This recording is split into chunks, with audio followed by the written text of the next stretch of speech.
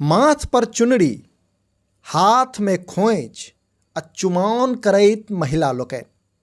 ई मनोरम दृश्य देखू। एहि दृश्य में करुणा छै, माटि पानिक संस्कार छै आ मिथिलाक संस्कृतिक झलक छै।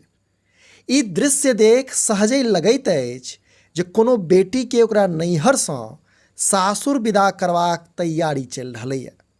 मुदा ई वीडियोक यथार्थ जखन बुझब तखन ई दृश्य और बेसी मनोरम लागऽ लागत। जी, ई दृश्य सोझायल अछि बेगूसराय जिलाक सदर प्रखंडक कैलाशपुर मध्य विद्यालयसँ, जतय एकटा शिक्षिकाक विदाई समारोह मिथिलाक परंपरा अनुसार कयल जा रहलैए, वा एना कही जे नव कनिया जकाँ कयल जा रहलैए। से विजुअल अपने लोकनि सेहो देखिए रहल हैब जे कोना विदाई समारोहक अवसर पर शिक्षिका के किछु महिला सब द्वारा चुनरी ओढ़ा खोइछ देल जा रहलैए आ चुमाओन कयल जा रहलैए।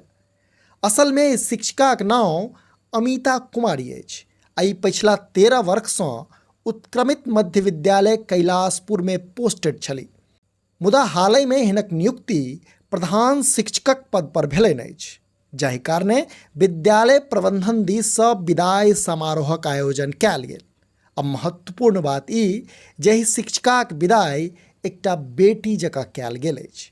से वीडियो में स्पष्ट देखल जा रहलैए जे नव कपड़ा में नव कनिया जकाँ सजल शिक्षिका कुर्सी पर बैसल छथि आ स्कूलक आन महिला शिक्षिका सब हुनका पहिने बेटी जकाँ खोइछ दै छथि आ तकरा बाद दूइभ आ अक्षत लऽ कऽ ओहिना चुमाबै छथि जेना मिथिला में बेटी के सासुर विदा करऽसँ पहिने चुमाओल जाइत अछि। से विशिष्ट विदाई समारोहक वीडियो अब सोशल मीडिया पर खूब वायरल भऽ रहल अछि।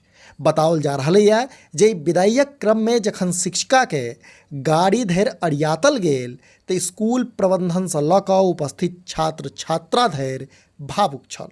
सभक आँखिसँ नोर झरि रहल छलैक। अपने लोकनि समधिया देख रहल छी। जँ ई वीडियो फेसबुक पर देख रहल छी तऽ हमर सभक पेज के फॉलो करी, आ जँ यूट्यूब पर देख रहल छी तऽ चैनल के सब्सक्राइब करैत जाय। वीडियो में अंत धरि बनल रहबाक लेल धन्यवाद। नमस्कार।